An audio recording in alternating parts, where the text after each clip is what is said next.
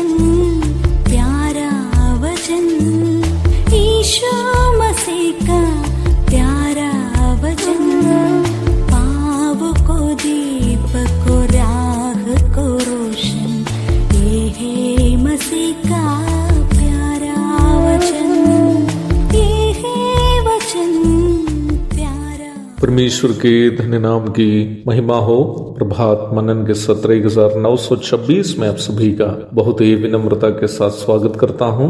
आइए आज के मनन के लिए हम पढ़ते हैं इब्रानी अध्याय 8 पद 8। पर वह उन पर दोष लगाकर कहता है, प्रभु कहता है, देखो वे दिन आते हैं कि मैं इस्राएल के घराने के साथ और यहूदा के घराने के साथ नई वाचा बांध दूंगा। इब्रानियों की पत्री के इस अध्ययन के दरमियान मुझे कई बार ये डर मन में उत्पन्न हुआ है कि प्रभात मनन सुनने वाले नए विश्वासियों को शायद कभी कभी उब जाता होगा। किसी ने मुझसे इस प्रकार कहा तो नहीं है, बल्कि ये मेरी केवल कल्पना है। पुराने और परिपक्व विश्वासियों को जिन्हें वचन की बुनियादी शिक्षा में थोड़ी बहुत जानकारी है, इस प्रकार उब जाने का अथवा बोरिंग होने की संभावना नहीं है। इब्रानियों की पत्री का मुख्य स्वभाव यह है कि यह पत्री, जैसे कि मैं पूर्व में भी कई बार बताया हूं, उन इब्रानी मूल के मसीही विश्वासियों के लिए भेजी गई थी जो एक ही समय अपने भूतपूर्व धर्म के कट्टरपंथियों से और रोमी प्रशासन से सताव का सामना कर रहे थे। कठिन सताव के बीच में कई विश्वासियों को यह सोच होने लगी थी कि क्यों न हम अपने भूतपूर्व यहूदी धर्म की ओर लौट जाएं।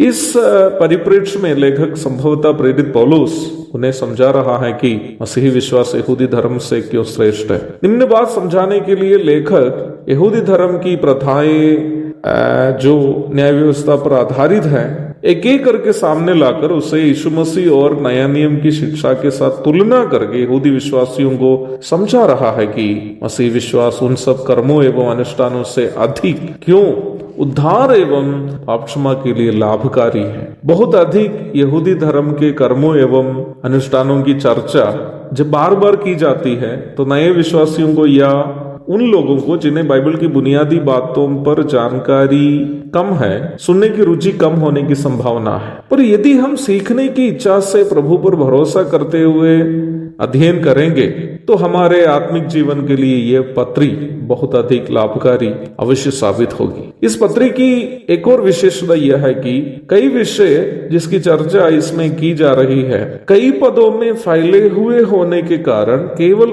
एक या दो पद उठाकर उसे समझाना आसान नहीं है। अन्य पुस्तकों में भी ये ऐसा ही होने पर भी हमें कोशिश करने पर एक ही आयत से एक मनन बनाना संभव है, बल्कि इब्रानी में ये आसान नहीं है। मैं इन बातें इसलिए आपको बता रहा था ताकि इस पत्री का ढांचा, स्ट्रक्चर आपको अवश्य मालूम हो जाए। 8वां अध्याय में भी लेखक यीशु मसीह के महायाजक पद की श्रेष्ठता पर ही हमें समझा रहा है। निम्न विषय पर लेखक मूसा के द्वारा न्याय व्यवस्था में दी गई वाचा और प्रभु यीशु मसीह के द्वारा दी गई नई वाचा के बीच एक तुलनात्मक अध्ययन 7 से लेकर 13 तक के पदों में कर रहा है। इन आयतों से आप यदि गुजरेंगे तो एक महत्वपूर्ण अंतर जो दोनों वाचाओं के बीच आप ये समझ पाएंगे कि न्याय व्यवस्था में दी गई पुरानी वाचा विधियों एवं अनुष्ठानों पर आधारित वाचा थी,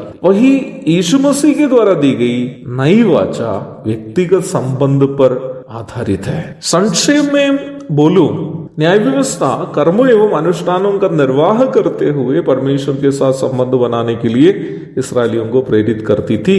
वही यीशु मसीह के द्वारा दी गई नई वाचा परमेश्वर के साथ एक व्यक्तिगत, मानसिक और भावुक संबंध बनाने के लिए नए नियम के विश्वासियों को प्रेरित करती है। और इस नई वाचा को विश्वासियों के हृदय में लिखने के संबंध में प्रारंभ में पढ़ी गई पद में हम देख रहे हैं। पुरानी वाचा पत्थर पर खोद कर लिखी गई थी, वही नई वाचा हमारे हृदयों में लिखने की बात प्रारंभ में पढ़ी गई पद में हम देख रहे हैं। अर्थात परमेश्वर केवल पत्थर के पट्टी में लिखी गई, खोद कर लिखी गई उस वाचा पर हमारे साथ व्यक्तिगत हमारे साथ संबंध बनाने से अधिक हमारे साथ एक व्यक्तिगत संबंध, वो वाचा, नई वाचा जो प्रभु ने अपने खून से रची है, हमारे हृदयों में लिखना चाहता है, ताकि हमारे साथ उनका एक व्यक्तिगत संबंध हो।